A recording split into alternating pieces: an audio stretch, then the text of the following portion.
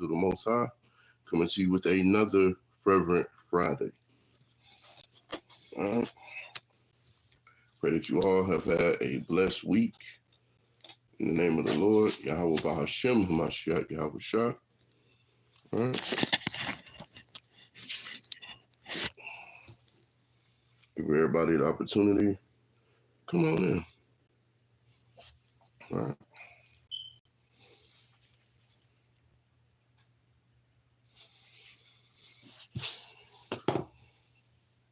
Give everybody the opportunity to come on in.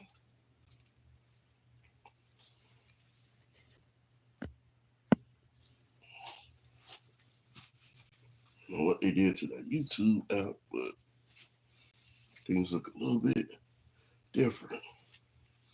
I know I'm running a little late, Salakia.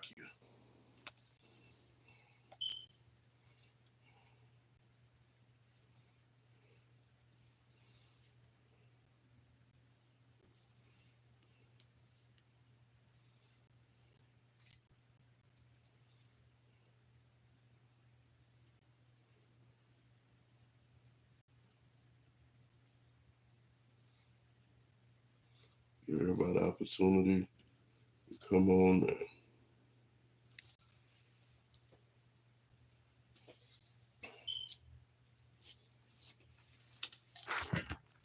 One second, y'all. Get my charger real quick.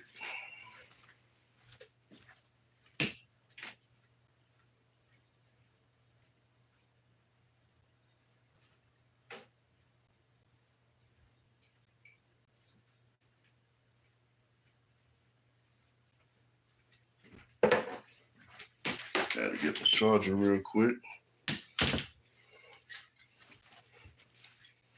Salakia, y'all.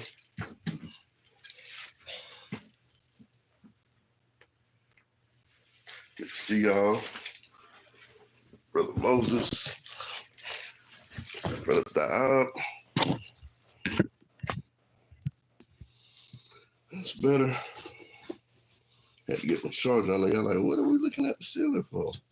Yeah.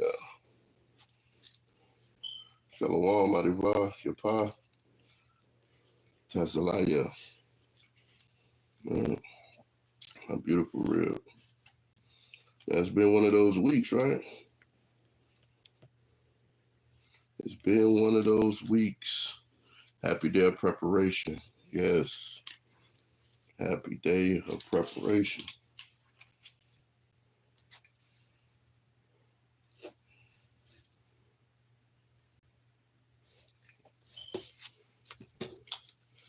And just getting everybody the opportunity to come on in.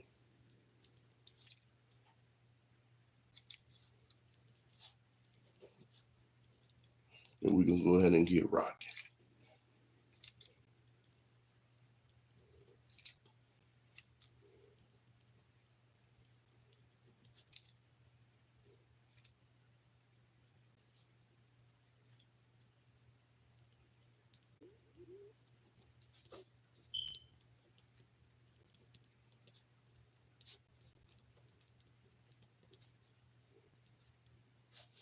All right.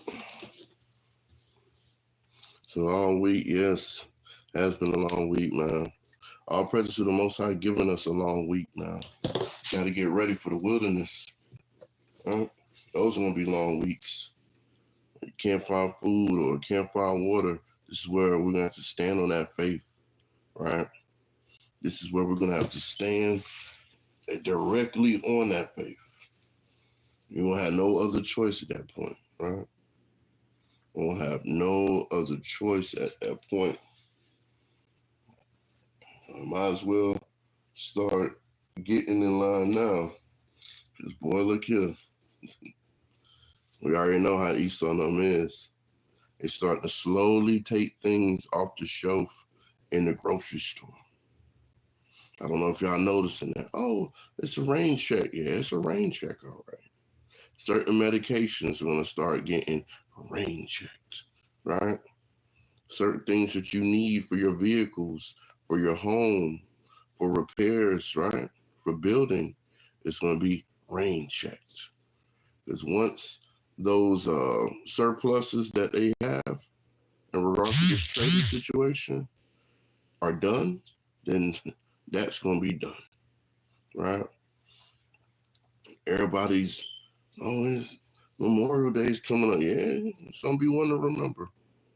I tell you that. It's going to be one to remember, right? And if we're not doing thus say the Lord in regards to what needs to be done, you're going to have that problem. You're going to directly have a first-hand problem, right? We'll go ahead and get this started.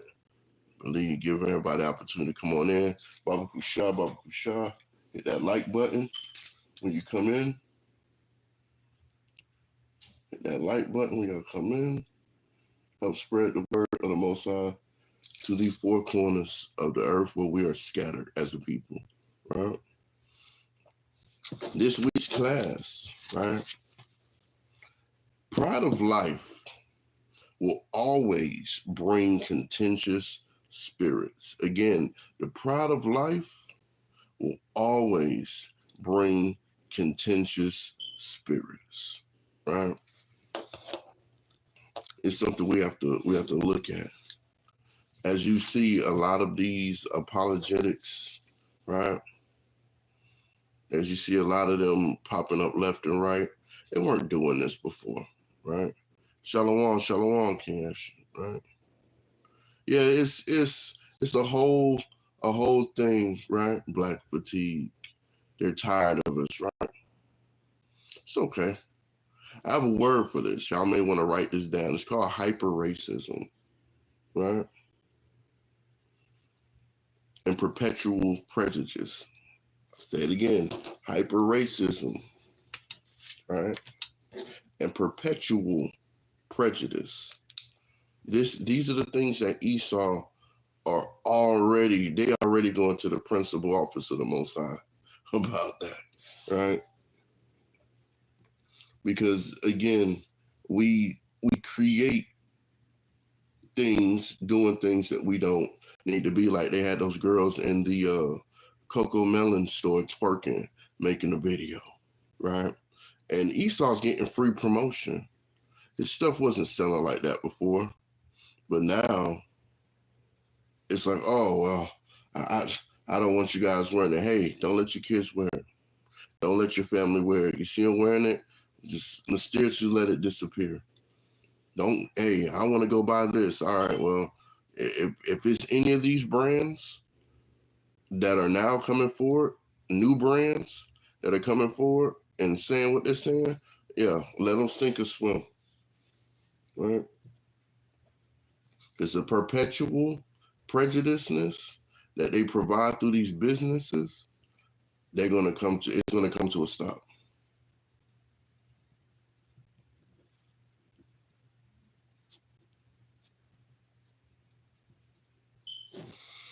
And it's hyper racism. They feel that, hey, we're above you guys.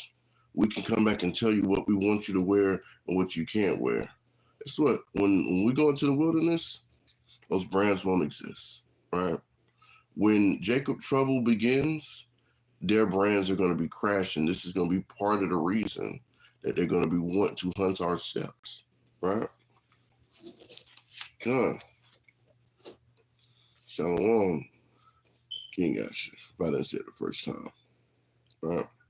And what's going to actually happen, and what does happen, is that pride of life spirit, right? The pride of the world is a very large spirit. It covers a lot of different characteristics, right? Let's start with our first scripture, right? Proverbs 18:6. And it reads, a fool's lips enter into contention, right? A lot of times people don't understand how would a fool's lips enter into contention? When we were children, we got a lot of warning signs from our parents, from elders, right? You better watch your mouth. I know you're not talking to me, right? Because at that point, as a child, if you're being, let's say, sarcastic with your parents or being rude because you can't get your way. Now you start to enter into that pride of life, contention spirit. You're not Colin, okay? You're not Katie. You're not going in your room, opening your parents' door, going into their office or their study or whatever they're doing. Hey, Mom, I want a new bike.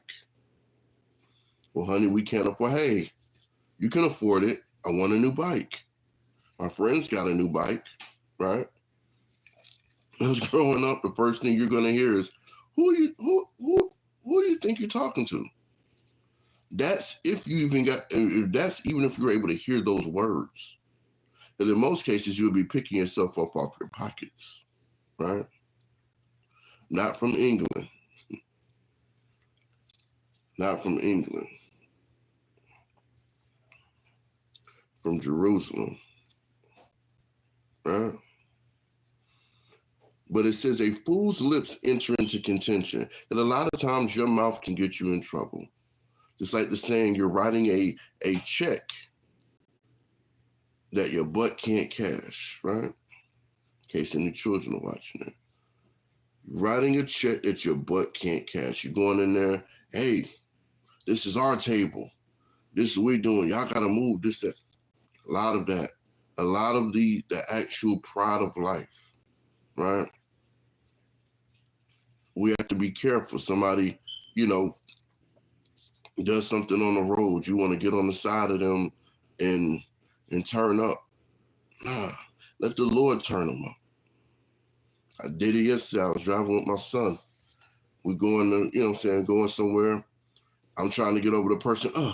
Nah, I'm not letting you get over. I'm going to speed up on you. Even though I see you trying to get over, I'm going to speed up on you. Right? And as they flew past me, as they got a little bit further down, a truck jumped right in front of them. Almost ran them off the road. And I said, see, you got to let the Lord fight your battle sometimes. Does it upset you? Yeah, it does, right?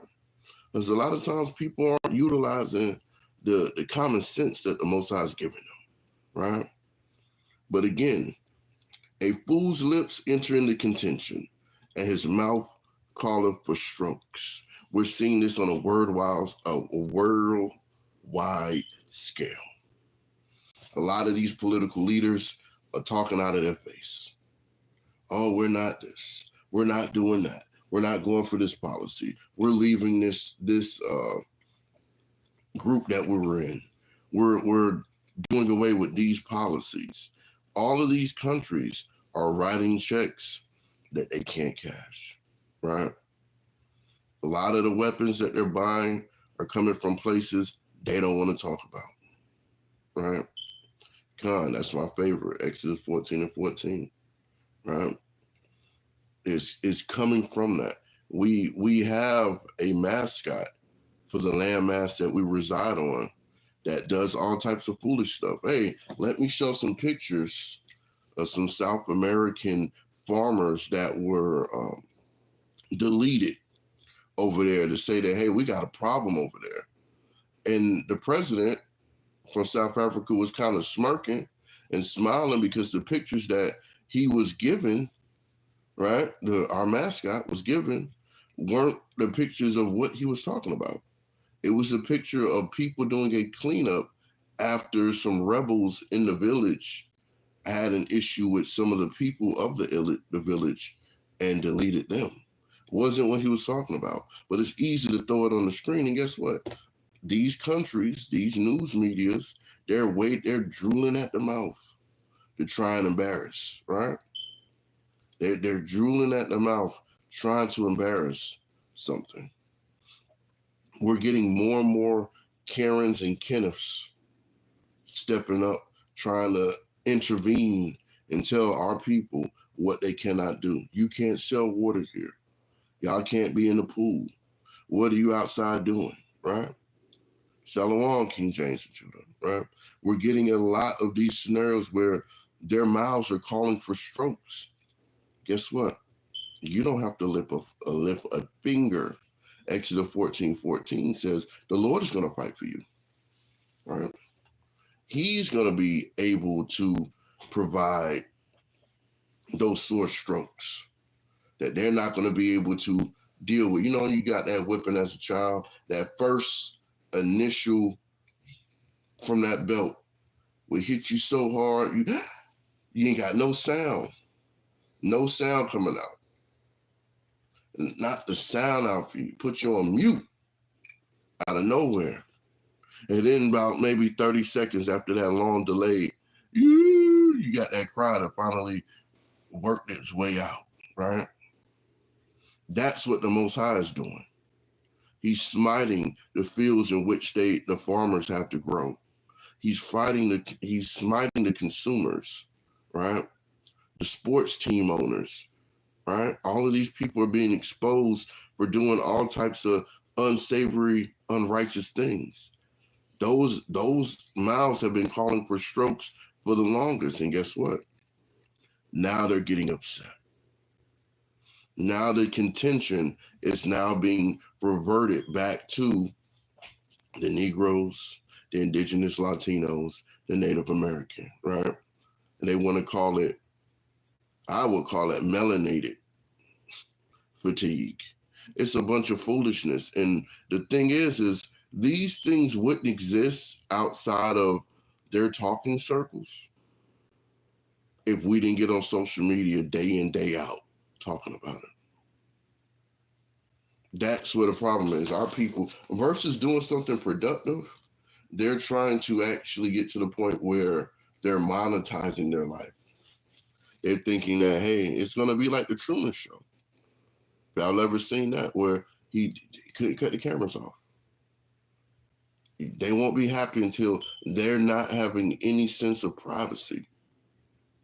And now they're like, oh, well, you know, you're not going to be able to hide in your bathroom, in your closet, in your car, anywhere. Your sense of freedom of speech or privacy is going to be eliminated. You got a smart fridge. Your smart fridge is like, hey,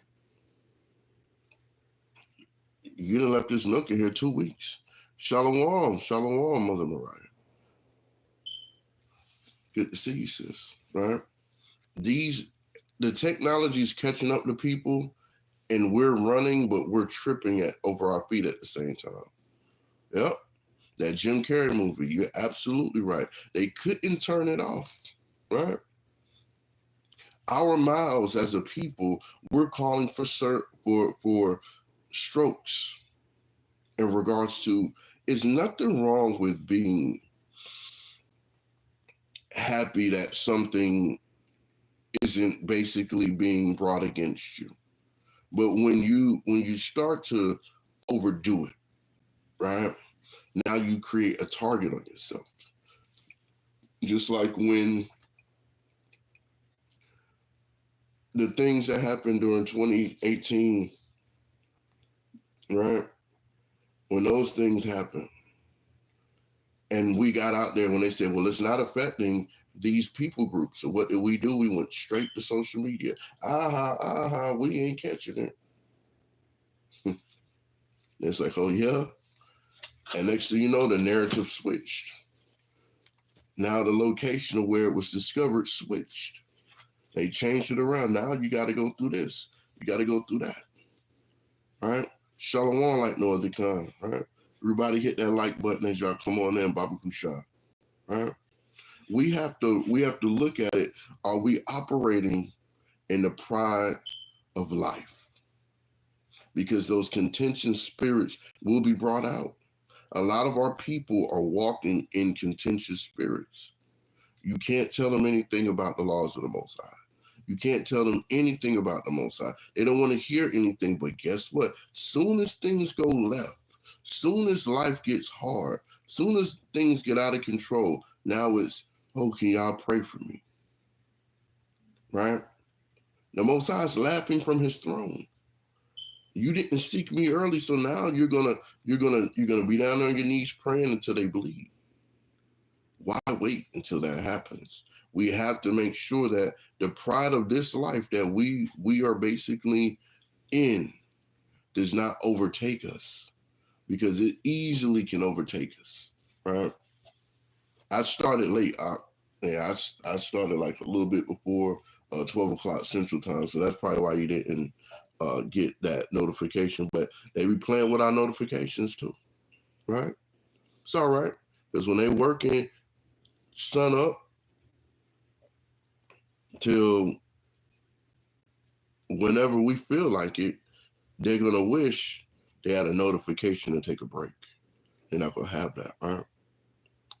Sirach 28 and 11. Let's go to the next one, right? It says, "In hasty contention kindleth the fire," right? These world leaders speaking out, they're getting really prideful. We're getting closer to the Valley of Jehoshaphat, right? We're getting closer. They're getting all out their face. They're doing it day in and day out. We got to make sure that we're getting our things in order. It's like planning a really long road trip. It's a long road trip to the kingdom. And we got to have our spirit in order. We have to stock up on faith right now. We have to stock up on endurance right now. We need to be stocking up on patience, loving kindness, tender mercy. You got to have you a unperishable supply of fruit of the Spirit to operate in, because you're going to need each and every piece of that during Jacob's trouble, and if you are able to make it to the wilderness by the will of the Most High. These are the important things that we need to be gathering for ourselves, because you don't want to run out of faith on a way through that path of destruction. You do not want to run out of faith. You don't want to have, you want to make sure that the leaven that you're getting out of your body, right, out of your temple, doesn't have that ingredient of murmuring, that ingredient of doubt, right? You can't second guess the Most High. We can't, right? It's going to be, I'm telling you, we've seen enough of these Edomite theater movies that they've made. They're showing you they're going to be doing stuff that's going to be unsavory, and they don't care about who falls from it. They keep creating more and more technology, right? And they're creating artificial technology that will most likely put them in checkmate. And they're not going to be able to control it, right? Hallelujah. But what does that mean for us, right? What does that mean for us? This is why these are things that they can't take from you. You build up on it now, right? You're doing your spiritual push-ups. Try to remember a verse. Try to remember these verses that will help you through the hard times.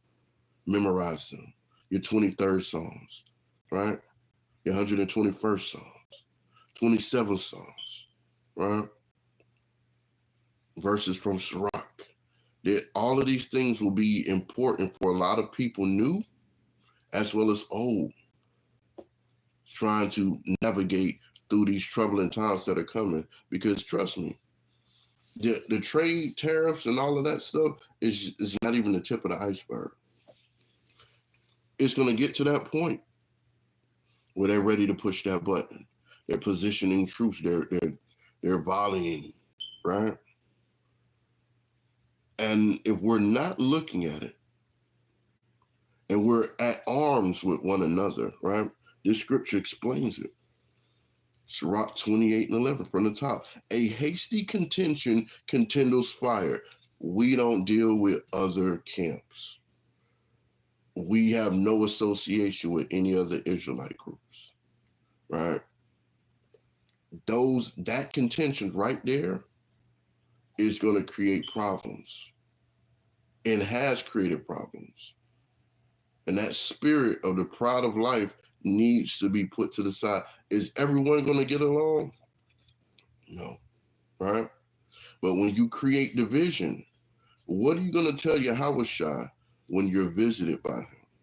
And he says, hey, you guys operated in a spirit of separation from your brothers. I was trying to make sure that you guys were gathering. My Father needs all the praise. And because you're not allowing this congregation or that congregation or remnants of these congregations to deal with you, you're now creating division. You're now creating the contention, right? This is how you kindle that fire. You're not letting things go because you guys, well, we don't wear this, or your women does this, or we don't believe this actual precept that you guys believe in. Do you believe the commandments? Do you believe that the Most High is the supreme, the ultimate, and that his son is coming back with a sword to gather the elect, to gather that 1/3? If you believe that, build your foundation of brotherhood on that. Because we all got to be retaught in the wilderness anyway, right? But as it reads, it says, and a hasty fighting shed of blood. That's where it's going to get to. Like the two congregations fighting over a corner like gangbangers. And that's easy for the apologetics to come on out and say, look at them. Look at how they're acting. That's not ways of the Lord, right? The scriptures are warning us to not be in this hasty fighting, right? We need to be able to be on one accord that we all agree that Yahweh Shah is coming back with a sword and he's going to make waste of the wicked. Let that be the actual covering to bring Israel back together again. They want to make America great again. Not sure how, but it most likely has to do with us going back out into the fields, going back to yes sir, no sir, massa, right? And they're utilizing different realms of speech. Oh, black fatigue, which is just hyper racism, right? That's all it is, hyper racism. They've always showed you who they were, right? But as a people, what do our people do? They want to save Massa, right? They want to save Massa. And now we're at the point of where we're shedding this actual blood. Whose blood is getting shed? The children. Because a lot of the congregations are so hell-bent on who's right, who got all the truth, whose congregation's the best. The children are suffering. They already have people that hate them and discriminate against them and marginalize them and objectify them, right? Now you're using a platform, or you're using your convocation to spread that message even more. You got to ask yourself, whose side are you really on? Who's going to be dialing those hotline tip numbers to try to give up their brothers and sisters? Because if that spirit of contention keeps kindling, that's exactly what's going to happen. It happened before. We act like it can't happen again, right? And that's how that innocent blood is getting shed to children, right? It's more and more children that are probably teeter-tottering on being in the truth, right? Or wanting to deal with the truth. Let's go over to Proverbs 26 and 21. As coals are to burning, the wood of fire, to the wood, slack it. Let me start that from the beginning, going too fast. As coals are to burning coals, and wood to fire, so is a contentious man to kindle strife, right? And that's exactly where we're headed for. We're kindling the strife. We're allowing the spirit of the pride of the world to make people, they get online and they say the craziest things, right? Con, that's a great precept like no other con, right? You're all online. You're saying it's just prideful thing after prideful thing after prideful thing. I don't go live. My family doesn't go live. The only time that a live is even anywhere near me or my family is when I'm feeding the sheep. When I'm in the scriptures doing thus say the Lord. I don't have an opinion that I want to share with the world like that every day, every moment. It's to a point now where they've gotten our women to just get online and down their own men. And then now it's getting to the point where the men are retaliating, right? And basically speaking back out. And now it's like, oh, that guy's sassy. He's spicy. He's giving this and that. That's their number one technique, is to defame your character. This is no different than the things that they did back in the 90s, the 80s, but it was on a smaller scale. Now that they've given everyone a way to actually speak or be seen, this is what they're actually doing with it. They're building a perpetual prejudiceness, right? This is where the black fatigue is really at. It's not the other races upset with us. It's the internal fighting, right? The hasty contention. These are the things that are bringing us to not want to deal with one another, allowing other heathen nations to come in. And by doing so, you create the problem of internal murmuring. Shalom off Genesis, right? That's what happens. Because now they're like, well, I don't understand why your people are doing X, Y, Z. Now you start to hear that enough to where it's like, I'm not going to deal with them. I'm going to separate. Well, I don't know how you guys believe in that doctrine. These heathens have no place among us. We have to stop giving them that opportunity, right? The more women bash men, it's going to be less fathers that want to be involved in their children's lives. The more they're like, oh, ha, he's a deadbeat. He's a this, he's a that. The more of that you get, the more that's gonna be more on the child. That's the innocent blood being shed. That child not having that father figure in the household, right? He just wanted to hit it and quit it. Well, if you didn't give him anything to hit, he wouldn't have anything to quit. If you can see, that's the only thing that he was trying to really like push was laying down with you. And you weren't wise enough, because you're wise now. You got all the stuff you want to say on social media. You got all the girl, you need to do this. And women, you need to do that. One thing I noticed, what is giving, right? Why wasn't it giving abstinence? Why wasn't it giving restraint, right? Why wasn't it giving self-control? If that's all they wanted to do, right?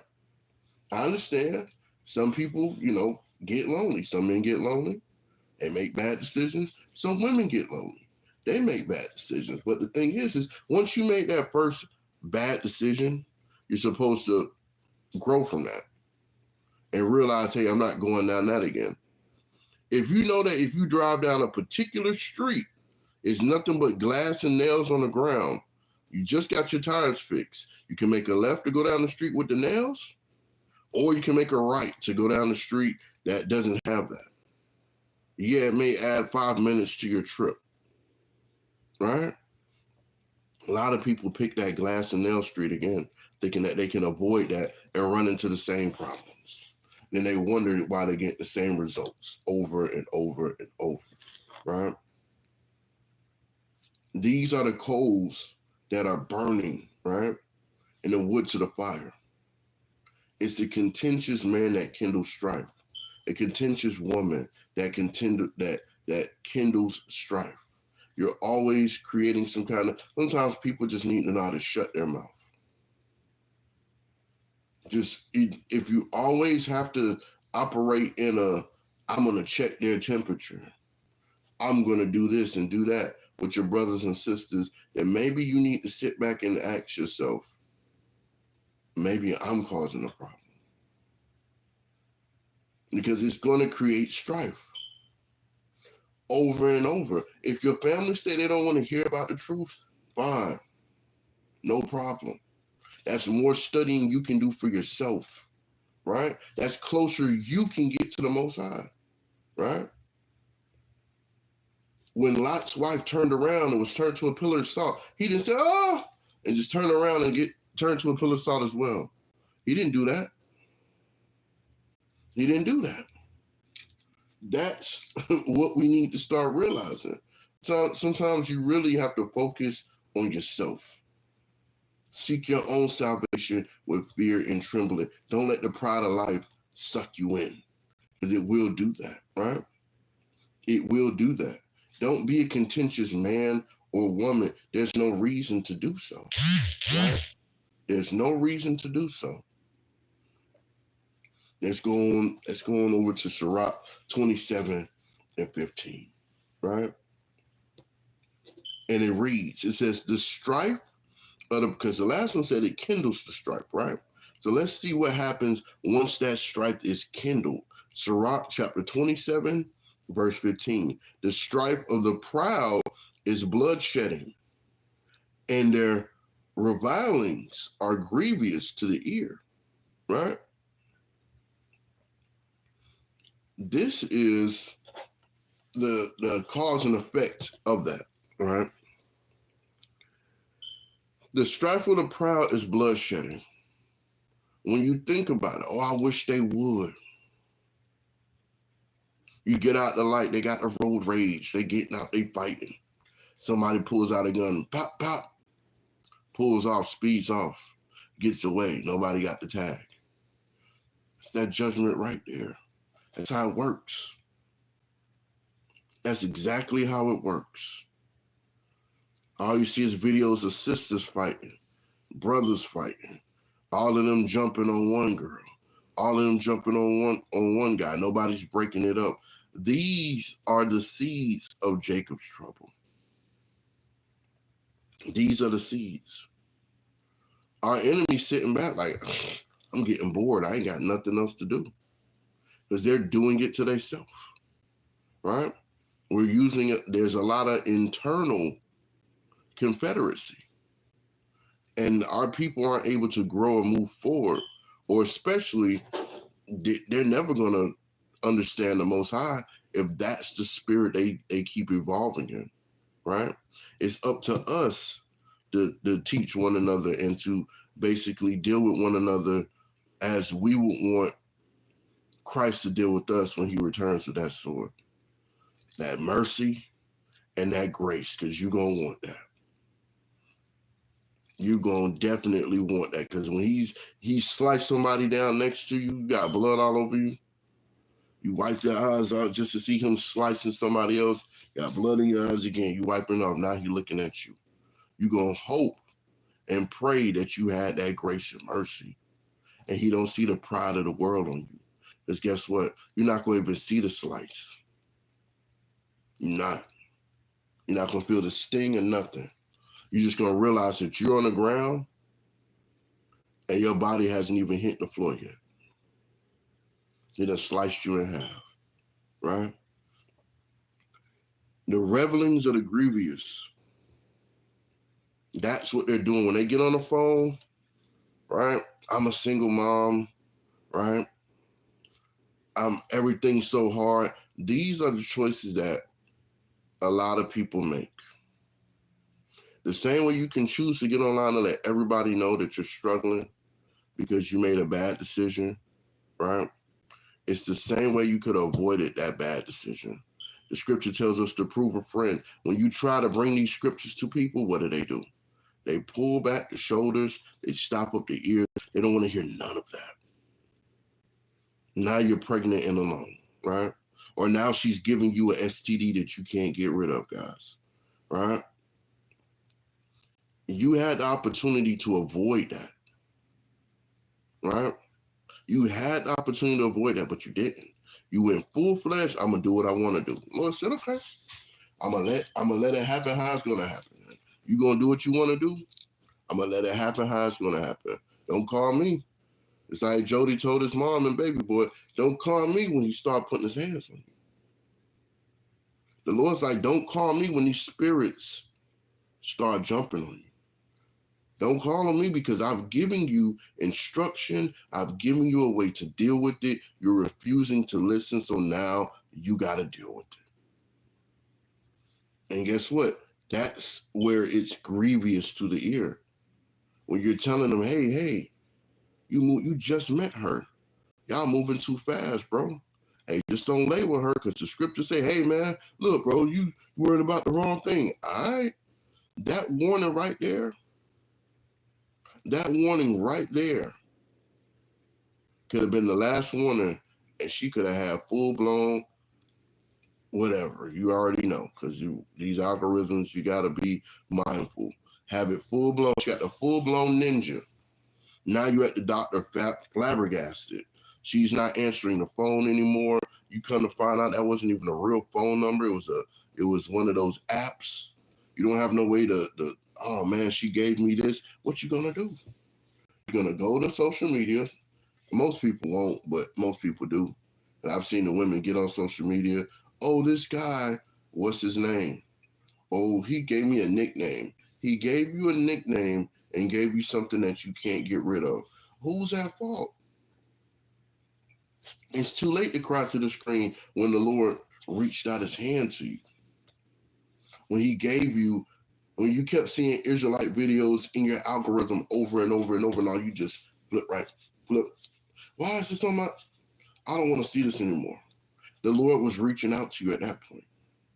You may have not seen Israelites on the street corner. You may have seen those videos come down your shorts on your YouTube or whatever social media platform you are. But when you reject those things, you're not rejecting them. You're rejecting the Most High. Right? It's grievous to your ear. You don't want to hear that, right? So what do you start to do once those things go wrong? Oh, he got you pregnant. Y'all had unprotected sex. Y'all didn't try to prove one another. You was burning in the flesh with lust. Now all of a sudden, you get that contentious spirit makes you do this. Go to Titus chapter 3 and verse 2, because the scriptures is telling you what not to do, right? It says, to speak evil of no man, right? To speak evil of no man, he's no good. He laid with me, he got me pregnant. These guys out here, they don't want to take me nowhere. I don't want to go to this restaurant. He's giving broke because he doesn't want to spend $200 on the first date the first time he meets me.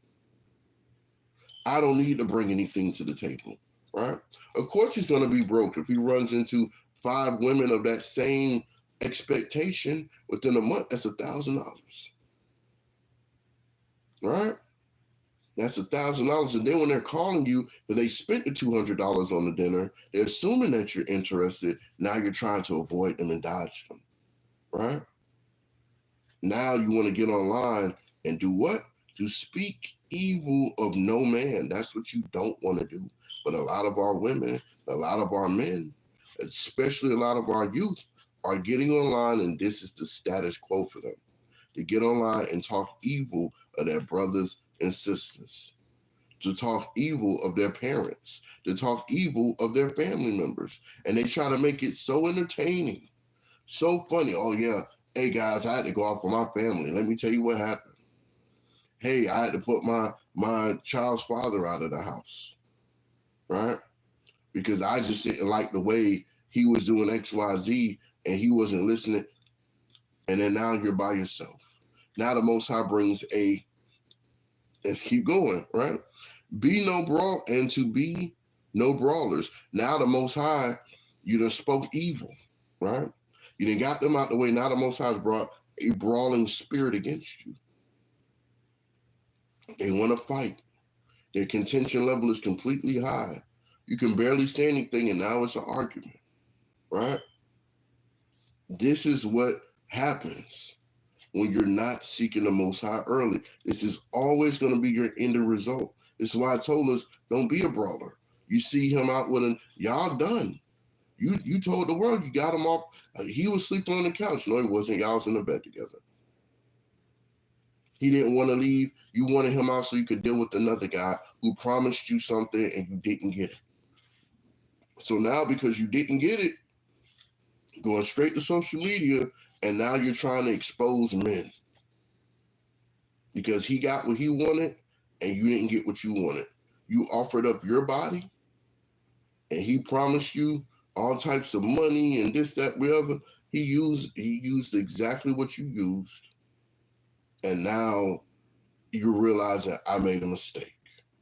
But versus taking the accountability, now you're in a relationship with a dude who's a brawler. You talking about you wanted a real man or a real woman. Now that woman that was beautiful on the eyes, you didn't know she wants to put her hands on you. You didn't think that brother wanted to put his hands on you, right? Tearing up your house, misusing your personal belongings. These things happen when that spirit of the pride of life and that contentious, controlling spirit gets on you. You're blinded to see what's coming. You're looking in the fog, you can't see anything, just see silhouettes, right? It says, but gentle, showing meekness, Slakia, but gentle, showing all meekness unto men. For we ourselves also were sometimes foolish, right? Disobedient, deceived, serving divers, lust, right? Pleasures of living in malice and envy, hateful, hating one another. These are the spirits that are provoked through social media. We start to have a mind state of the pride of life. Can't tell me nothing. I get any hairstyle I want. You can't tell me nothing. I just got a new haircut off the lot, right? When they're out there scamming, they're out there stealing from people. They don't think any of that stuff's going to catch up with them. And then guess what? Esau's going to show you the body cam of them crying, carrying on, but you were just a tough guy, right? You thought it was funny because you snatched some hair products and ran out the store. They got you on camera in 4K, as they like to say, right? Got you in 4K. You can't hide. You're going to be caught for doing something so simple. But when somebody tells you that you're broke or you call someone else broke, but you had to just snatch some fake hair, run out of a hair store, and the Moabites there, they almost blow your back out with a weapon. They lock that door, beat the brakes off of you, throw you out there in the alley, and call the police and say you got somebody trespassing. Guess who's going to jail? You is. Guess who's not going to jail? They are. But we keep giving these heathens our money. The pride of life. Oh, well, yeah, I heard that woman got beat at that beauty salon, but I need my bundles. I want to go out this weekend. They don't even care. That could have been them. That could have been one of their children. You just never know. You wait until you give the enemy a chance to attack you versus just avoiding them altogether. What am I going to do for my? Do your hair. Stop putting that fake stuff in your hair and do your regular hair.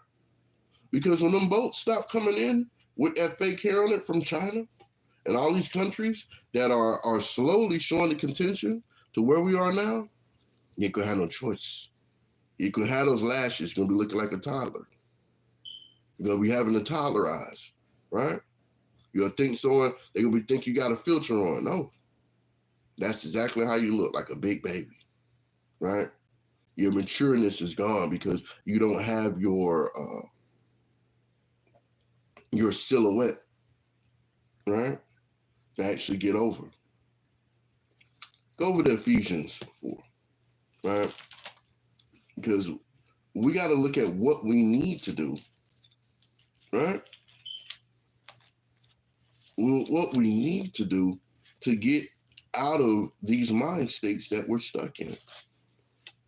Ephesians 4:31. Let all bitterness, right? These are seeds of contention. It says, let all bitterness and wrath and anger and clamor and evil speakings be put away from you with all malice. And be ye kind one to another, tenderhearted, forgiving one another, even as God, for Christ's sakes, has forgiven you. You're going to want forgiveness. Brothers and sisters, you're going to want forgiveness. We can't walk around with secretly contentious spirits. We can't walk around with publicly contentious spirits.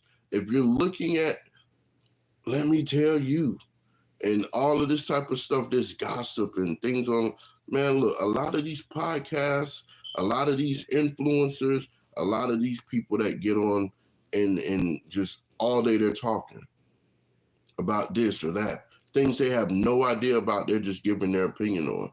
Court cases, right? Legal matters. Have no idea. They're just giving their opinion on it. Their opinion really doesn't matter. You make it matter when you click it. You make it matter when you subscribe to it. We're here at the Battle Axes. We're going to do thus say the Lord. We're going to feed the sheep. We want to see our people making it into the kingdom of heaven. Time is getting very short. It's getting very short. We got to let the bitterness and wrath and the anger and the clamor, the evil speaking go. Just because you can go live and complain, right? Like, what's old boy's girl name? Remy Martin. She on there with her lashes off, looking like a 7-year-old in the face, right? Complaining because they're no longer together after she was publicly exposed for disrespecting their marriage. Now all of a sudden it's, oh, the women are rallying around her. She got him off her couch. The man is a millionaire. Does he have as much money as her? No. His musical catalog wasn't extensive as she was. He released a lot of music, got paid for it, right? He decided to move on. He wasn't online talking about her all the time. But now that he's moved on to Clarissa Shields, the boxer, and she can't manipulate their relationship with threats and I'm a tough street woman. You know, I went to jail for shooting somebody. You're telling a world-class boxer that, they're going to be like, what you want to do? You're not going to get in the ring and try and fight her. You're not going to try and run up on them in public. But now you get online and you rant for 15 minutes. And when somebody says, hey, look, I support you, but you need to let this whatever you're doing go. Don't even worry about him. Just live your life. And the first thing you do is get mad. Oh, don't tell me what to do. Contentious spirit. Talking about, oh, my jewelry got pawned. I got the receipts right here. You go in the room, you're rambling through stuff. You can't find it. You make yourself look stupid, really. You've already done that by putting your marriage in the point where your ex-husband had to put his hands on another brother. Because of that, imagine if he would have crashed out, as the youth says, right? Decided he was going to allow his emotions to get the best of him. But the Most High put a spirit of vengeance on him, and he got a weapon and ended both of y'all. That could have been the end of that, right? He would have sat in jail for the rest of his life, and he probably would have been okay with that. There's a lot of people that will do those types of things, and they will be okay with that. We need to be kind to one another. Your marriage ain't working, the blogs don't need to know. But when sisters, and I'm telling you, a lot of these sisters, and you can call it what we want, a lot of these brothers don't have time to get online and vent about a famous woman.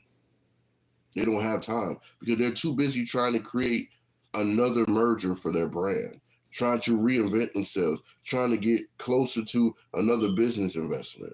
A lot of these women, oh yeah, I'm gonna do my hair, but let me give y'all the tea, and let me give you this and all of that foolishness that plagues our women. These are the spirits of contention. Don't let your children watch that. Don't let your wives and your sisters watch that. Because then you'll have a spirit of contention on them that they won't even see. And every time you try to correct them or rebuke them, it turns into an argument. It turns into a back and forth. The Lord's looking like,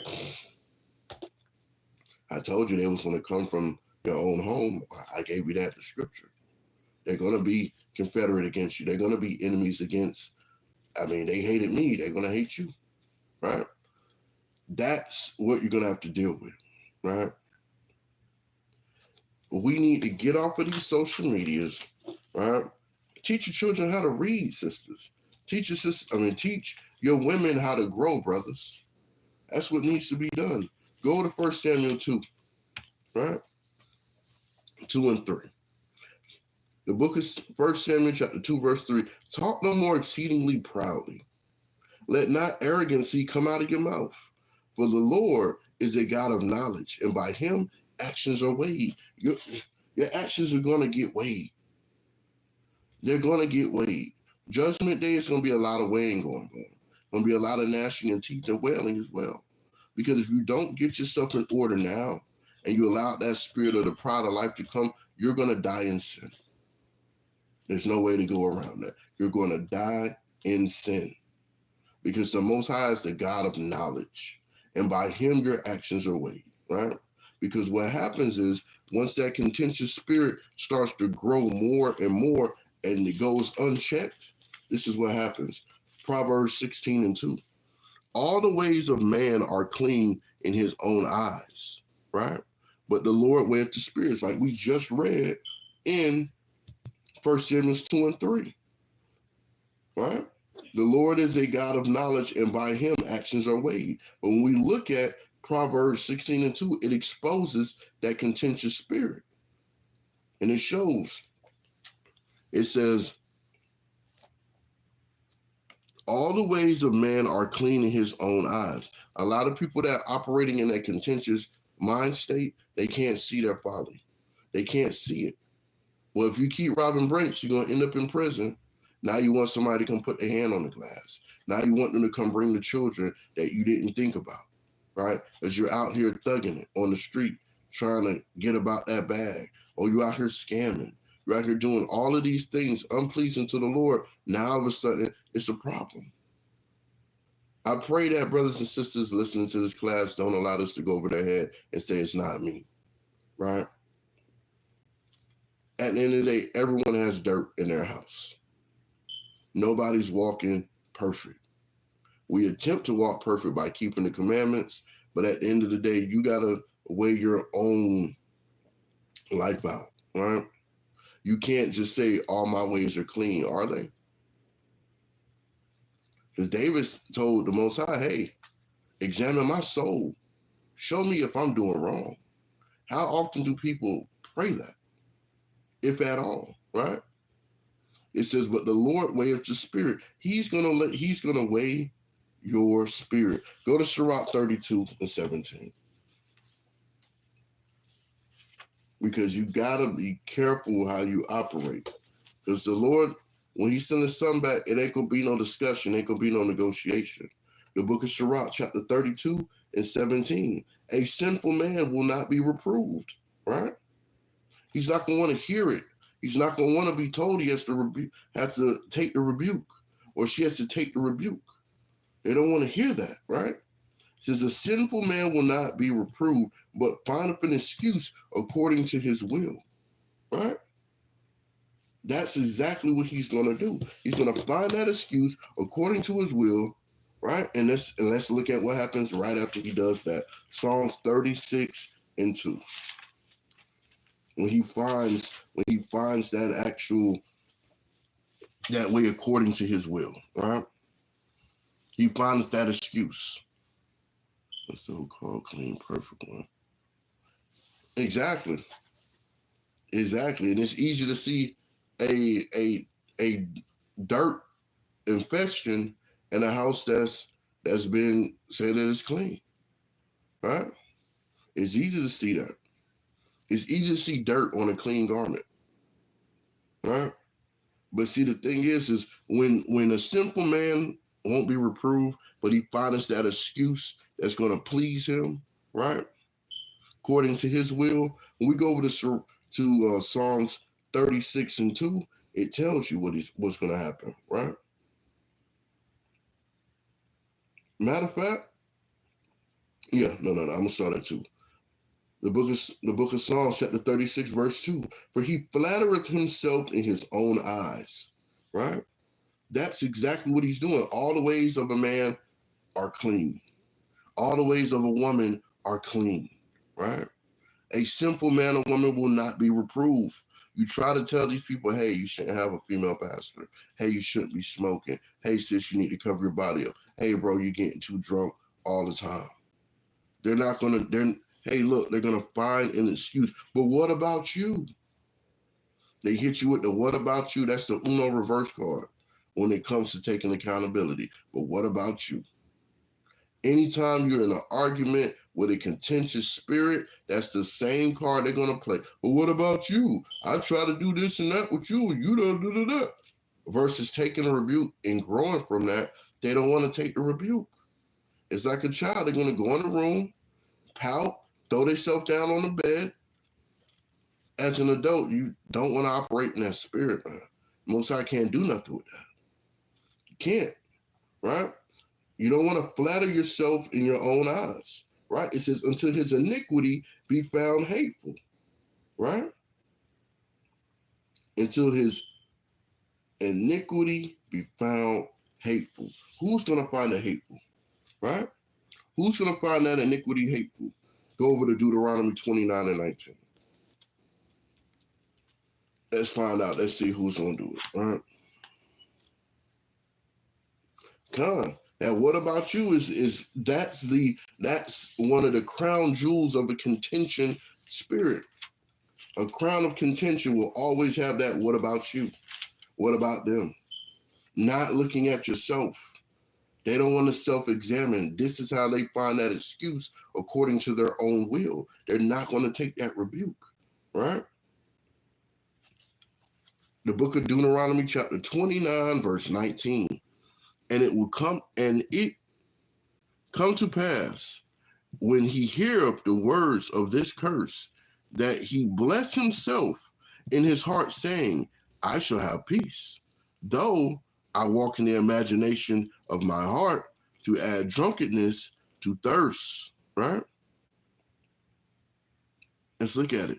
Verse 20, the Lord will not spare him. That spirit will not get spared, right? It says, but then the anger of the Lord and his jealousy shall smoke against that man, and all the curses that are written in this book shall lie upon him, and the Lord shall blot out his name from under heaven, right? And this goes for men, women, and children. You do not want to be in that situation where you're basically blessing yourself in your own heart, saying, I'm going to have peace, right?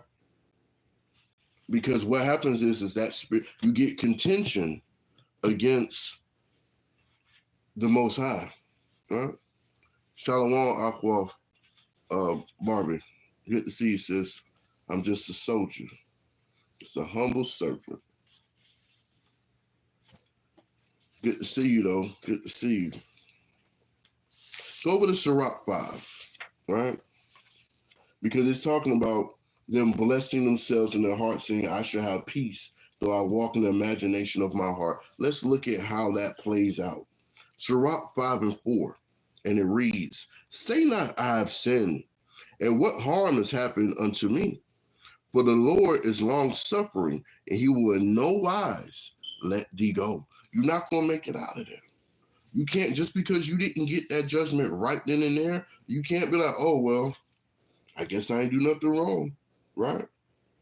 Verse 5, it says, concerning propitiations, right, or appropriations, be not without fear and add sin to sin. That's exactly what Deuteronomy 29 and 19 would say. Add drunkenness to thirst, right? People are drunk. They keep drinking. They keep drinking. They keep drinking. They ignore the headache. They ignore the dizziness. They ignore the stumbling. They ignore the slurring, right? And if they survive the alcohol poison that they're giving themselves, they make it the next day, they're in bed. They don't want to do nothing. Oh, my head hurts. I don't want to go nowhere. They're back and forth to the bathroom. They're on a two-way street. They throwing up, and it's coming at them, right? This is the things that our people have to be aware of, right? That's where we start to look at, I have sinned, what harm has happened to me? You start to get contentious with God, right? Because it don't just stop with people. You start to get contentious with God. You don't think them murmuring out there in the wilderness was having contentious against God?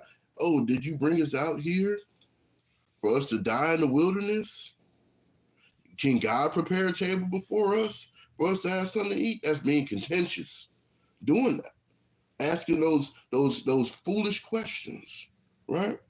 Romans 2:8, right? It says, but unto them that are contentious and do not obey the truth, it's like it, but they obey unrighteousness, indignation, and wrath. The Most High is giving you a play-by-play of what it looks like to operate in a contentious spirit, just like these heathens do. Like we see all these politicians do, because when it's time to run for these elections, you see all of these contentious spirits out in full blast, right? The indignation they have against each other, the wrath, right? Yep, they always, hey, tempting the Most High is a no-no, but that contentious spirit will take you directly to that. Jezebel had a contentious spirit. See what happened to her? They pushed her out the high tower. She smacked that ground, and them dogs ate her down to bones. Her blood splattered against the wall. Spat. That meant nothing to the Most High for her to go through that. You don't want to end up in those same circumstances, right? We got to know when enough is enough. You want to be operating in unrighteousness, indignation, which is supreme hate, and wrath. The vengeance belongs to the Lord. So where you going to, the Lord going to laugh at your wrath. You going to do what? You said you going to do what? Oh, man. All right. Well, you go ahead and try, right? You go ahead and try. Go over to 2 Thessalonians 2:12, right? Let's think about it. Because it says the book of 2 Thessalonians 2:12 says that they all might be damned. Yeah, don't think the word damned. Y'all be cursing on the street. Damned is in the Bible. Dumbass is in the Bible. These terms are in the Bible. You guys are cursing. It's not a curse, right? That they all might be damned who believe not in the truth, right? But have pleasure in unrighteousness. Now you're going to probably say, well, how do you get to that point where you're going to be damned? Jump up one verse to verse 11. This is a staple in the Israelite community. It says, and for this cause, God shall send them strong delusion that they should believe a lie. That they all might be damned who believe not the truth, but have pleasure in unrighteousness, right? So we went over what that unrighteousness was, right? That wrath, that indignation, right? That imagination of heart, that actual iniquity, that flattering of oneself, right? Look, not worrying about if their actions are going to be weighed or not. All you're doing is being contentious against the Most High at this point. And they don't realize that because they have pleasure in unrighteousness. They're enjoying that. Oh, look how many views my post got. Look how many people liked it. Look how many people shared it, right? Still don't got a father for little, man, right? Still don't have anything. You still don't have no one leading you into growing. Your family members saying, hey, you should take that offline. Everybody hating on me. I'm just doing me. I'm just living my truth. All that foolishness, those spirits of contention, those talking points of destruction of oneself, right? Because guess what? A lot of people aren't going to believe the truth when you tell them, hey, you shouldn't be doing that. John 6:64, right? That's exactly what's going to happen. It says, but there are some of you that believe not. For Yahushua knew from the beginning who they were that believed not. So he knew from your mother's womb, from when your dad and your mom laid down and brought you forth. He knew who wasn't going to be making it to the kingdom. He knew from the beginning, right, who they were that believed not, right, and who should betray him. He knew Judas was going to do that. He knew the disciples were going to be asleep When he came off the mountain, he knew that Peter was going to deny him 3 times. He knew all of this. But yet, Christ had enough self-control to not be contentious. He had enough understanding and wisdom, right? And righteousness in him to not be contentious. He didn't have to say, yeah, like Judas, he hating. Judas hate Muhammad, right? He didn't have to say that because he already knew it from the beginning. That's why when he said that, everybody was like, well, is it me, Lord? Is it me? Am I going to do it? You think he's just going to tell you what you're going to do when he tell you? You can't handle the truth. That's why they don't believe not in the truth, and they can't handle it. They rather be pleased in unrighteousness, or rather believe a lie, rather believe that distraction or that false way, right? They rather do it because when you're not keeping the commandments, when you're doing thus say me versus thus say the Lord, you're betraying the Most High. You're betraying Yahushua. Yahushua, like, I got on the cross and went through all of this, and look how they doing me. Look how they doing me. How do you say you love God? How do you say you love his son? You believe in him, but you're quick to betray him. Because he knew you was going to betray him. That's why he's not messed up about it at all. Not in the smallest bit. Does it sadden the Lord? Yes. Because he wants to see his 12 tribe children, the nation of Israel. He wants to see them make it. But he knows 2/3 ain't going to make it. That's like being told you're going to have triplets, but guess what? 2 of them finna die. You're going to get 1, but 2 of them ain't going to make it. That's going to be hard on the heart, right? I forgot.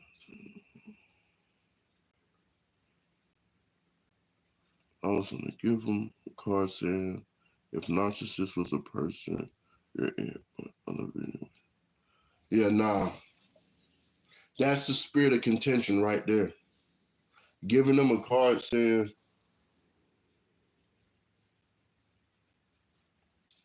yeah, that's just going to create contention. I can see the joke. Feminism, modern feminism is narcissism. It's just disguised. It's a Trojan horse. They'll say, oh, I'm in my feminine. No, you're not. That narcissism is bleeding through that. The real the real feminine ways that our women should be learning from are in the Bible. You saw your grandmother never talk back to your grandfather. Their house was always peaceful. It was always somewhere where family members seeked refuge. Your Auntie Paula then got whooped on again by her boyfriend, right? Where the first place she'd have ran over to? Grandma's house, crying on the couch. Granddaddy, he hit me. I know, baby. We told you not to deal with it. He's not going to be contentious. He's going to just hold it and let her cry and carry on. Then they're going to probably fix her a plate of food, right? Send them on their way. I wonder if they keep carrying on with the whole, they're going to pull out the phone. Hey, look at Paul over here with the black eye. I told her not to go over there. She let Maurice sock her out again. Now she over here crying on my couch. Don't cry on my couch. Because we told you. You didn't listen. Right? We just credit.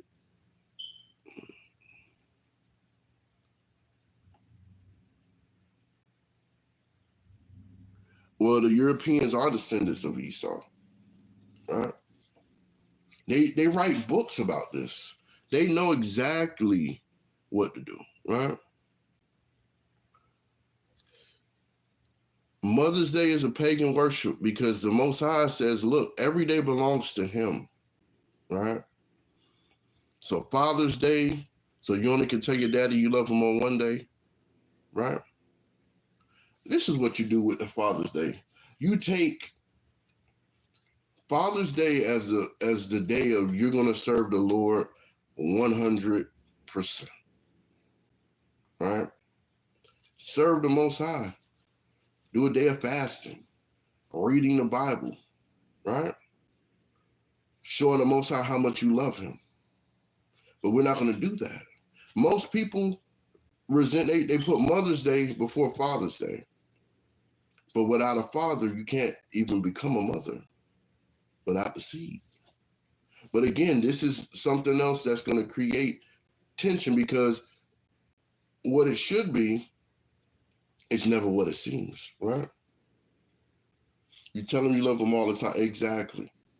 So when these slave masters say, well, Father's Day is coming up, get him a pair of socks, even though he got 1,000 pairs of socks, right? Why don't you get the Lord a gift set of obedience? Get the Most High a gift set of obedience on Father's Day, right? Get him a 12-pack of keeping the commandments, right? Get him a nice robe of non-murmuring, of non-complaining, right? Get him a no doubt hat on Father's Day. Can you do that for the Lord, right? Can we do that for the Lord each and every day? Let every day be Father's Day for the Most High. Let's do that. We don't worry about these pagan holidays. They don't care about us. Memorial Day, right? I want you to think about what was done to your ancestors on Memorial Day, because you're going to be out for work. You have to get on a barbecue grill, right? Go read 2nd Maccabees, the 6th chapter and the 7th chapter. Let that be a memorial. What Eleazar and the woman with her 7 sons went through for not wanting to eat pork. Let that be a memorial to you on Memorial Day, right? Or how Christ gave himself, no matter how everyone turned their back that said they were going to be down for Christ and ride to the end. They didn't do it. But he still didn't say, I'm not getting on this cross. Them ninjas got me. They said they want Barabbas. And the Lord just jump off the cross. Jump down and be like, I'm going back to heaven. And disappear. He didn't do that. He died for our sins, man. He didn't complain about that. Abel knew that that Cain wanted to kill him in the field, and he went out there anyway. And Cain had that contentious spirit. And most likely when Abel tried to walk away from that argument, Cain took that opportunity to go ahead and kill him. And then had the nerve to be contentious with the Lord. When the Lord said, where's your brother? His blood cries out to me from the earth. I'm not my brother's keeper. Oh, he's not? So he had to slap the color scheme off of Cain. He said, I already knew what you was finna do. He knew it from the beginning, right? John 6:64. You don't think the Most High didn't know who was going to believe and believe? Now, I'm going to read it again. The book of John, chapter 6, verse 64. But there are some of you that believe not. For Yahushua knew from the beginning who they were that believed not and who should betray him. Right? He knew it. He didn't complain. He didn't cut the 12 disciples down to 3. Probably couldn't trust them either. Because guess what? The Most High sent his son to take that walk. Just the same way he's going to come back and tread that winepress alone. There's going to be a lot of Israelite blood on his garment for being disobedient. Yeah, it's going to be a lot of heathen blood, but it's going to be a lot of Israelite blood on the garment of Yahushua when he returns, right?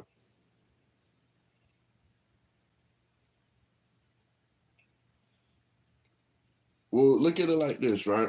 Even if your father is obnoxious, or how you said, the scripture says, children, obey your parents in the Lord, for this is right. Honor thy mother and thy father, that it may be well with thee and thou may live longest on the earth.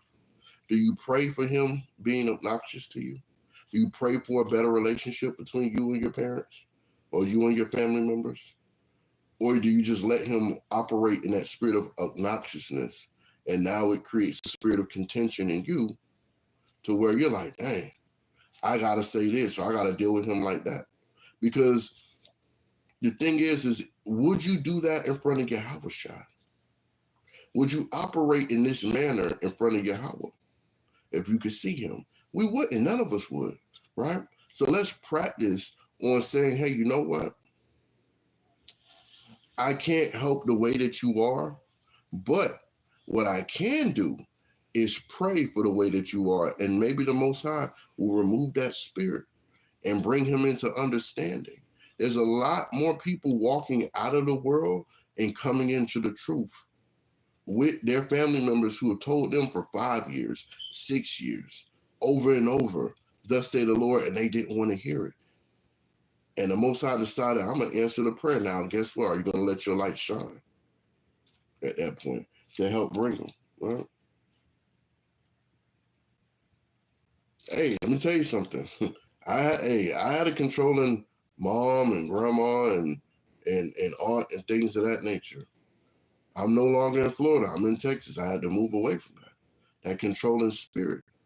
And I had to be able to look at that and examine and say, hey, you want to make sure you don't get, it's like having ants on you. You don't want to have ants on you, bits and pieces of their spirit. You don't want to the person that you're saying your mother is or the person your father is. These contentious spirits, like I said, they take on many different forms, right? Think about Annabelle's husband, Nabal. Who's Jesse's son? He was all out his mouth at David's servants when they came to him. I'm not giving y'all my bread. A lot of people leave their leader. He was being contentious with them, and it could have cost them their life. It could have cost them their life, right? I can say that he quit smoking on his own.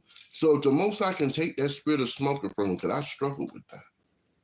If he can take that from them, he can take the damaged relationship that you and your parents may have, and he can restore it. All you have to do is pray for it and believe that it can be fixed.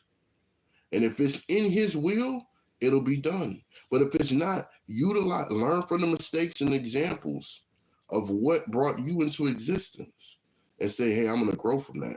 So that way I'm not utilizing these traits on my offspring, or my siblings, right? Or my extended Israelite family members. Because it's going to be embarrassing in the wilderness to get called out by Christ, right? It's going to be real embarrassing to just make it to the wilderness to be made an example in front of the nation. And this goes for everybody, even including myself. These are things that I try to examine and work on to make sure that I'm not operating in a contentious spirit, that I'm not operating in an argumentative spirit, that I'm able to go reflect and say, you know what? I wasn't right. Lord, please forgive me. And that's where it starts at. Before we forgive anybody else, we ask for forgiveness for ourselves to actually be able to grow from that, right? 1 Corinthians 11:6, right? Because Christ knew who was gonna betray him from the beginning, right? Let's go to 1 Corinthians 11. In 16, so like I said 6 and 16, right? The book of 1 Corinthians chapter 11, verse 16. But if any man seem to be contentious, we have no such custom. We don't have the custom of contentiousness. That's not our custom. That belongs to the heathen nations. As you can see, our people were on one accord to do the will of the Father. And those who were not on one accord to do the will of the Father, they did it, right? They did it. They showed the Most High that they didn't want him, right? But again, it says, if any man seem to be contentious, we have no custom, neither the churches of God, right? And they were speaking in reference to, Paul was speaking in a reference to of hair and man and woman and things of that nature. He was giving an actual synopsis in regards to worshiping, giving some advice about worshiping, right? So we want to make sure if you see someone who's contentious, who has those issues, pray for them. Pray for them you'll pray for the Most High to heal you from sickness. You'll pray for him to get you a job, a new car, you name it. Why not pray for a spirit to be removed from somebody that you have an issue with? Because if that spirit is what it is, Why would it be hard for the Most High to remove that? Right? Remember, he's getting older.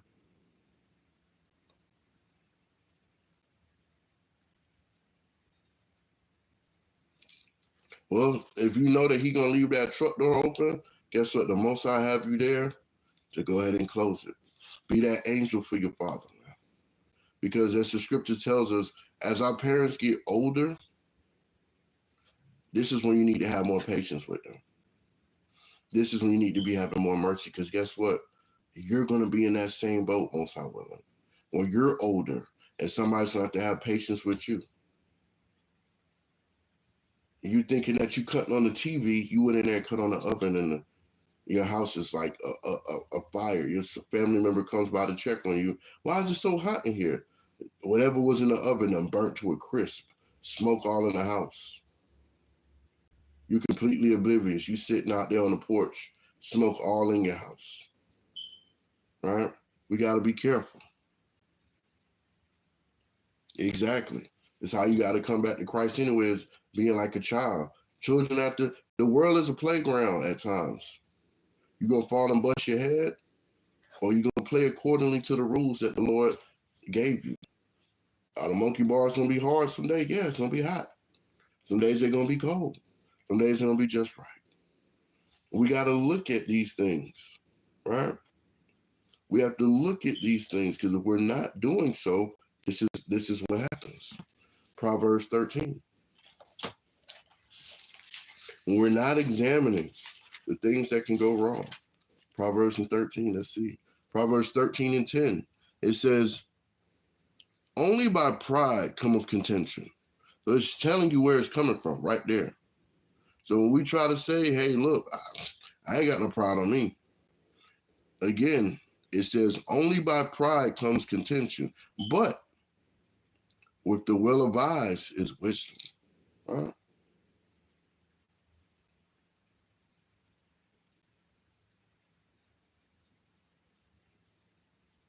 You keep praying for her. You keep praying for her. And if it's the will of the Father, like no other kind, it's the same thing with my mom. When I get on the phone, I start telling her about what's going on, right? She don't want to hear when I try to tell her, thus said the Lord. She don't want to hear. Now it's, hey, I gotta go. It turns into that. I give y'all a quick example, right? When I went back to stay with my mother and grandmother, right? Because they were, having issues and things. As people get older, money doesn't start coming in the way you want it to. Hours get cut. Things get a little difficult, right? So my aunt convinced me to, hey, can you stay with your mom and grandma for a bit, versus renewing your lease on your condo? And I needed to get out of that place anyway, because it was a den of sin, right? I said, okay. Because I was trying to plan on moving out to Texas in like 2019, right? What ended up happening was my grandmother passed away, right? And my mother was staying there in my grandmother's house, just me and her. And, I didn't stop helping or any of that just because grandma passed away, but my aunt decided she wanted more money out of what we agreed to. And when I was like, hey, you're asking for extra on top of what I'm already paying. Oh, you don't want to help your mom? My mom don't have any bills. So how am I not helping her? So what she was doing was charging an extra $500 to stay there for whatever reason. She got smart and says, I'm going to take this money. I've made about $7,500 off of you, right? In regards to what you're paying and money that you're giving and things of that nature. I'm going to use that. I'm going to try and refurbish the house. That's what she called herself doing. Now, when the roofers came, she hired some people that wasn't professional. They outside smoking weed, drinking beers, and she's asking me what's going on. So I was honest with her. I said, hey, this is what's going on. Where did you get these guys from? I don't think they're doing a good job. They're just out there drinking and smoking and carrying on, and I don't see any new wood being put into the roof. So when the inspector came to inspect the roof, because there was leaks in the utility room, he used a little moisture gun or whatever you want to call it, And you can see 100%, 100%, 100%. And I said, hey, man, y'all didn't fix the wood in the house. I told y'all, right?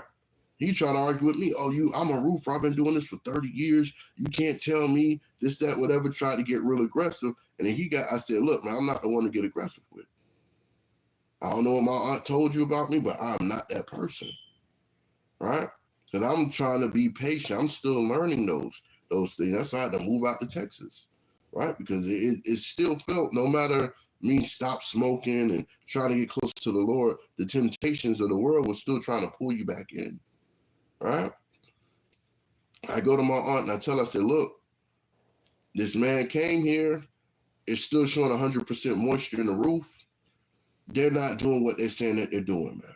I wouldn't pay them. Well, I already paid them. I said, wow. Now, any other time, my auntie would just hop on a flight and come on down here, right? And her husband was very well off. Is very well off, right? They could just hop on a flight, come on down. Why didn't she just hop on a flight? Oh, I only fly Delta. I said, you could fly another, cheaper airline and come on down and see what I'm talking about. I don't got to do all of that. The roof is fine. My mom calls me or sends me a text message probably about a week or two ago that the roof in the room that I was in as a child, my bedroom, had collapsed in.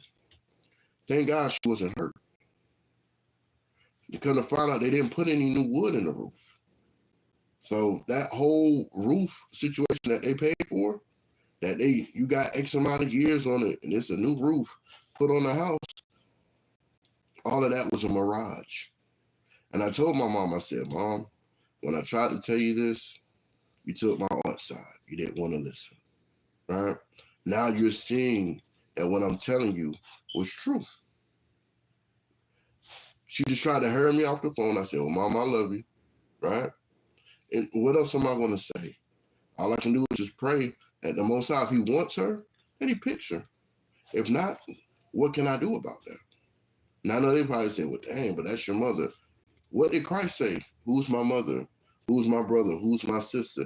Those that keep the commandments of the Lord, right? I look at it like this.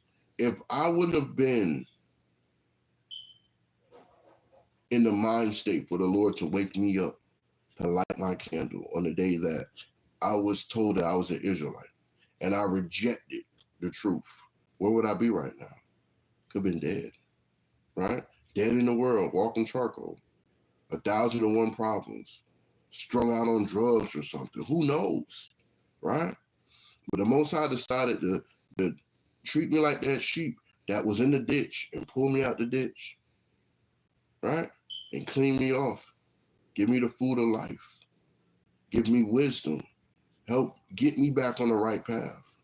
So when those people don't want to listen to thus say the Lord, they're not rejecting me. They're rejecting the Lord, right? It's a sad scenario, and I look at it as everybody has to go. And I was just happy that the last conversation I had with my grandmother, I said, look, Grandma, me and Adiva, we went to Feast of Dedication, which is Hanukkah. It was the first time I took my wife out to Texas with the children, right? I said, see, this, she's like, oh, y'all look so nice together. And mind you, they were trying to say my grandmother had dementia or Alzheimer's and things of that nature. And it looked like she had like a stroke or something because of the way her face was looking. When I asked the nurses, I said, hey, what's going on with her?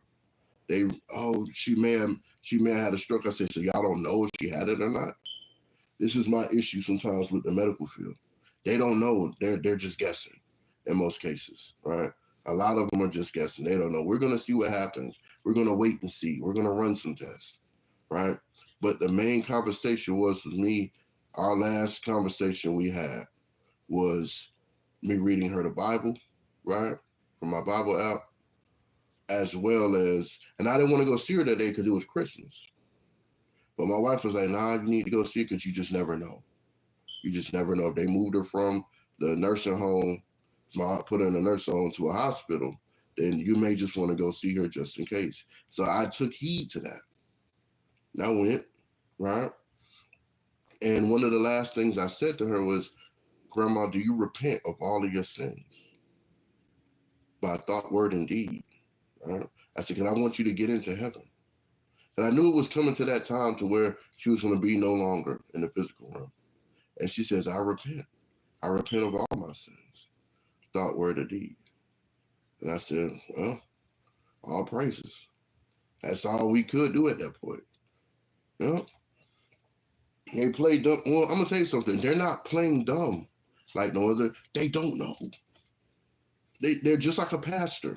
They're just like a medical pastor. They have no idea what's going to happen when they give you that medicine. None whatsoever. They done went to law school and stuff like that. We're going to wait and see. We're going to run some tests. They're not running the tests. They're putting them into a machine and allowing AI to work for it. That's exactly what they're doing. That's what doctors are doing. We're going to write a prescription. We're going to write this. We're going to double this up. We're going to do this and that. For what? The Most High is your physician. He is your doctor, right? He gave us a dietary law, no different than a doctor telling you what you shouldn't eat. That's too much salt. That's this, that's that. You don't need this, you don't need that, right? The Most High gave us a dietary law. We have a civil law, right? We have a ceremonial law. Our people abused the law of sacrifice, so Christ had to basically come down to be the ultimate sacrifice. There's a lot of y'all wouldn't want to go kill a goat right now. Y'all barely want to kill a roach or a mouse or something if y'all see one of them. So imagine having to hold down a goat and do that, right? They're not exactly, they are the dumb dogs. They have the pride of life on them. I'm a brain surgeon. I'm a heart surgeon. I'm a head nurse. I'm a this. I've been in this for the, you sound just like these pastors, right? Because I look at it like this. Why are these pastors down here praying for these children going to the, what's the place that the special needs children? The Shriners Hospital. Why y'all not healing the little kids that's walking on the crutches, that's in a wheelchair? Why y'all not going down there if y'all operating in the spirit of the Lord? And nobody can question you and this, that. Why does it now turn into, well, that's the will of the Lord for them to be in the roof? And no, because you're telling us if I don't pay my tithes, XYZ gonna happen, right? It's that is truth, right? And I pray my mom comes into the understanding, right? But it's on her to do so. You can tell somebody, hey, do you do this? Oh, well, I gotta go. I gotta get off the phone. You're not running from me. You're running from your own salvation. You're running from that. I can't feel bad for my mom if she doesn't make it. I can't. Because look at it like this. Does a parent feel bad for their child that had to die early, or are they crying tears of regret for the opportunities that they wasted when they did not when they spared that rod? When they didn't do thus say the Lord because they were chasing a promotion at work, or chasing a new boyfriend or girlfriend, or a new opportunity for themselves. Are they crying tears of regret for losing that child, or regret for not doing enough to save that child? It's something we have to ask ourselves, right? As Proverbs 13:10 tells you straight up and down, only by pride cometh contention, but with well advised is wisdom. We are well advised when the scriptures are telling us what to do and warning us of what not to do and what happens. Go to Sirach 10:13. And it reads, it says, for pride is the beginning of sin, right? That pride is the beginning of sin. And he that hath it shall pour out abomination. And therefore the Lord brought upon them strange calamities and overthrew them utterly. This pride, right, that's being referred to right here, is the pride that we carry on from these heathen nations, as well as the pride spoke of these heathen nations. We're the greatest country. We're the strongest military. We got the strongest Navy. We got this, we got that. All throughout history, we've heard who was the strongest. But history has shown otherwise, right?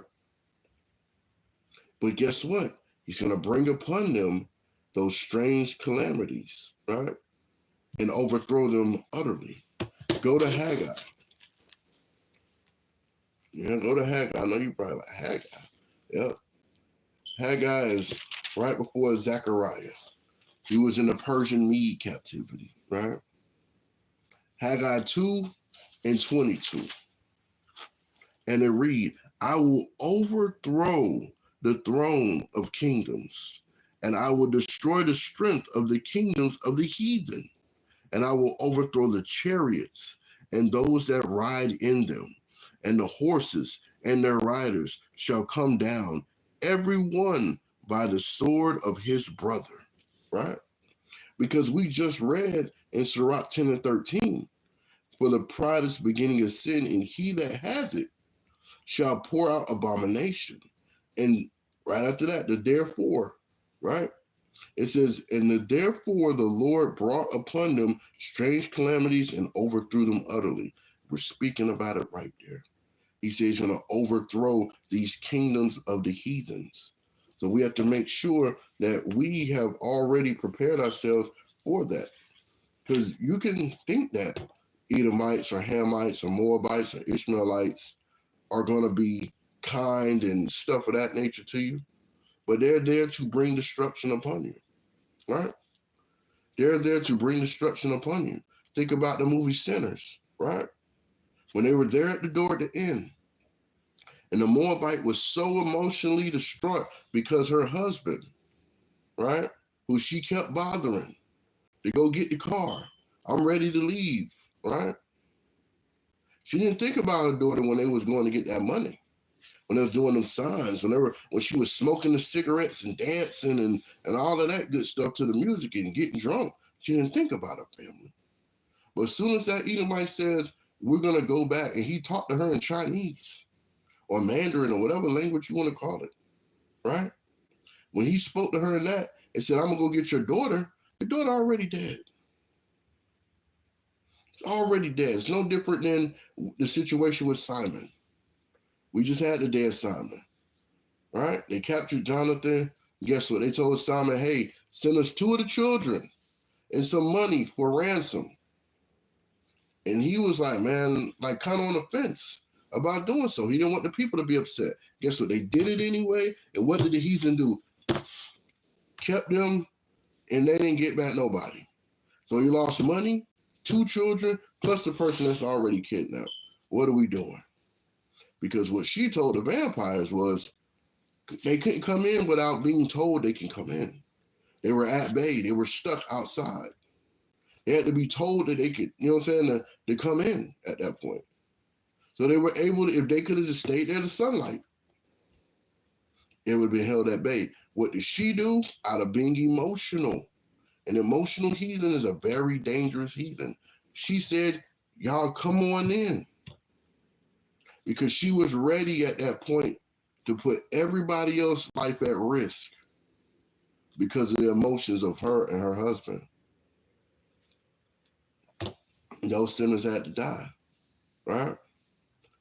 These are the things that we overlook in life. The things that will slide right by you if you let it, right? These are the strange calamities, right? These are going to be the overthrown kingdoms. Go to Baruch 4:34, right? Because we have to look at it. These overthrown kingdoms, what's going to happen? It says, for I will take away the rejoicing of her great multitude, right? The militaries, the navies, the economic system, the medical advancements, the technologies, the luxuries of where we are, right? And this landmass that we reside in, right? Because I will take away the rejoicing of her great multitude, and her pride shall be turned into mourning, right? Her pride's going to be turned into mourning because they can't deal with it. All the terrorists are coming in You know, it's going to be extra money for a PlayStation 5. Now it's going to be more expensive for a car. Well, these cars are tariff-free. And what happens when you ain't got the parts? Right? All of this is going to turn into a bigger and bigger power grab. Right? These things are exactly what me and some of the brothers was talking about this morning. This is prophecy, right? And like I told them, I'm thankful that the Most High is allowing me to still be here to witness these things. I'm thankful that I was able to see the Euphrates River drying up. I was thankful enough to see how these geopolitical situations are actually turning out and playing out in real time. I'm thankful to be able to see that and to be able to understand and comprehend what I'm looking at and be able to line that up with things that are in the Bible. I'm thankful for that because he didn't have to give me, you, anyone the wisdom to have that understanding, right? We got to be thankful for when the Lord brings you in on something. He allows you to be a fly on the wall because that's exactly what we are, watching these things play out. It's why you have to make sure you're preparing yourself for Jacob's trouble. You can't lose sight. Can't be distracted. Jump over to Sirach chapter 10 and 16, right? The Lord overthrew countries of the heathen and destroyed them to the foundations of the earth, right? He says he took some of them away and destroyed them and have made their memorial to cease from the earth. Because everybody's hype about Memorial Day. He's going to make their memorials cease from the earth. Hallelujah. That's well pleasing to me to hear that he's going to destroy them, right? That he's going to destroy them because they are prideful. They have the biggest pride on you know what I'm saying? They got the biggest pride that you can think of, right? Go over to Obadiah. Go in chapter 1, verse 3. It says, the pride of thine heart have deceived thee, Esau.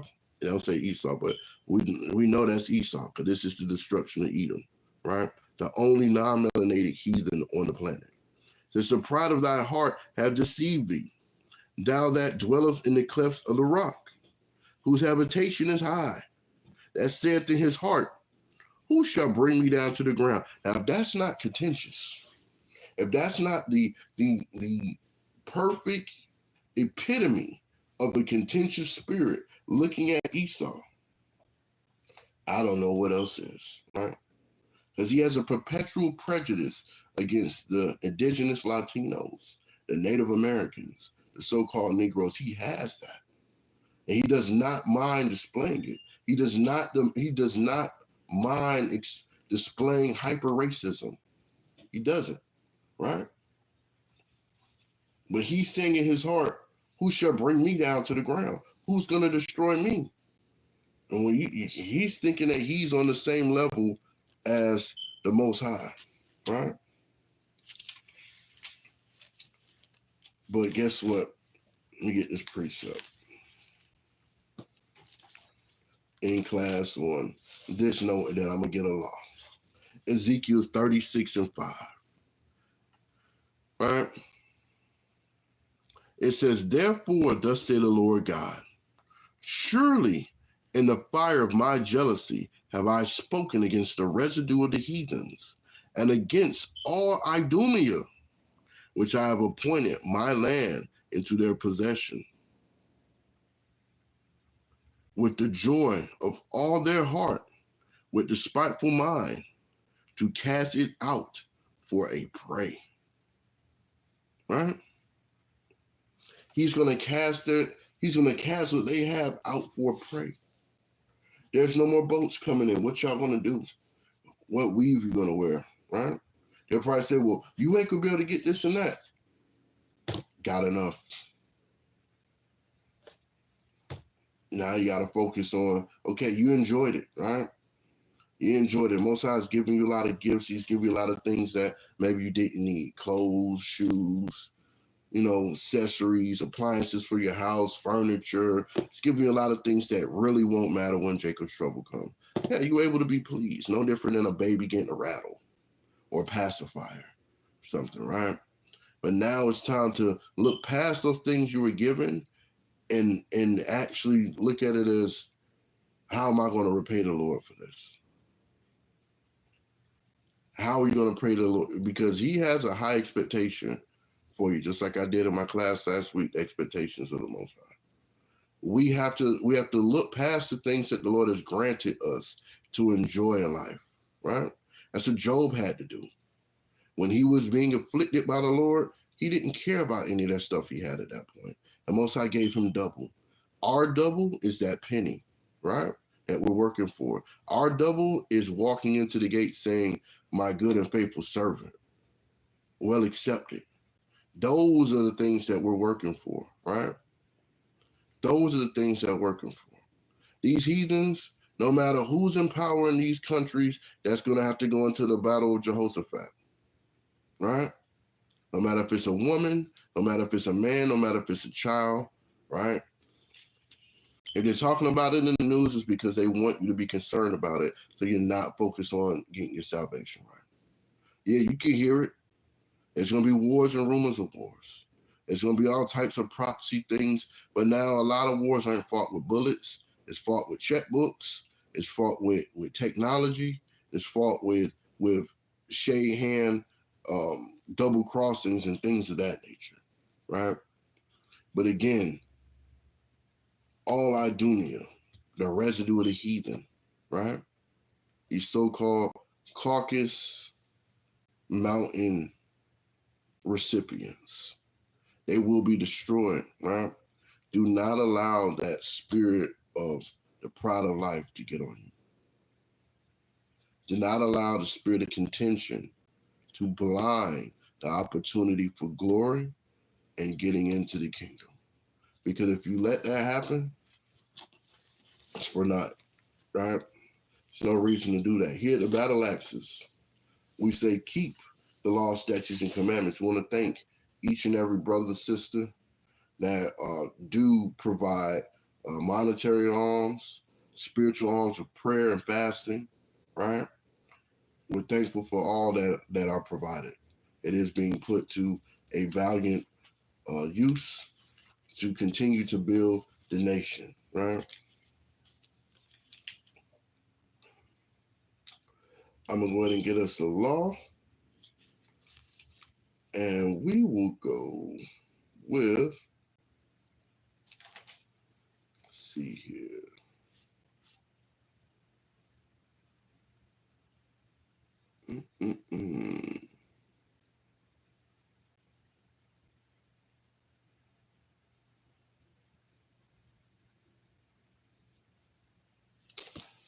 Go with Deuteronomy chapter 13, start at verse 6, right? It says, if thy brother, the son of thy mother, or thy son, or thy daughter, or the wife of thy bosom, or thy friend, which is as thy own soul, entice thee secretly, saying, let us go serve other gods, which thou hast not known, thou nor thy fathers, namely, of the gods of the people which are round about you, nigh unto thee, or far off from thee, from one end of the earth, even unto the other end. Thou shalt not consent unto him, nor hearken unto him, neither shall thy eye pity him, neither shall thy spare, neither shall thy conceal him, right? You don't want to do any of those things. Fight off the pride of life. It will always bring a contentious spirit. No matter if it's a family member, a friend, a neighbor, another congregational member, learn how to ask for the Most High to give you the spirit of discernment to identify these spirits. Pray for them to be removed from your people. Move forward with caution. Abide under the grace and mercy of the Most High. I'm just a humble servant, Ehud Banya Shirala, of the Battle Axes of the Most High. I pray that you have a blessed day of preparation leading into the Sabbath, and that you have a Barak which is blessed Sabbath as well, right? I want to bid y'all a Gadawal Shalom. Kahala Yahweh Bahashim Hamashiach Yahweh Shai. Barakatah Yahweh. For a great edification of this class, I pray that you were edified as I was, right? Barakatah Yahweh Shai. Barakatah Yasharala. Again, I'm just humble servant, soldier Ehud Banya Sharala of the Battle Axes of the Most High. I bid you a blessed day, a blessed Sabbath, and remember, on Memorial Day, get in your scriptures. Go to that second Maccabees chapter 6 and 7, and really apply what we need to be memorializing these laws, statutes, and commandments. Again, bid y'all shalom.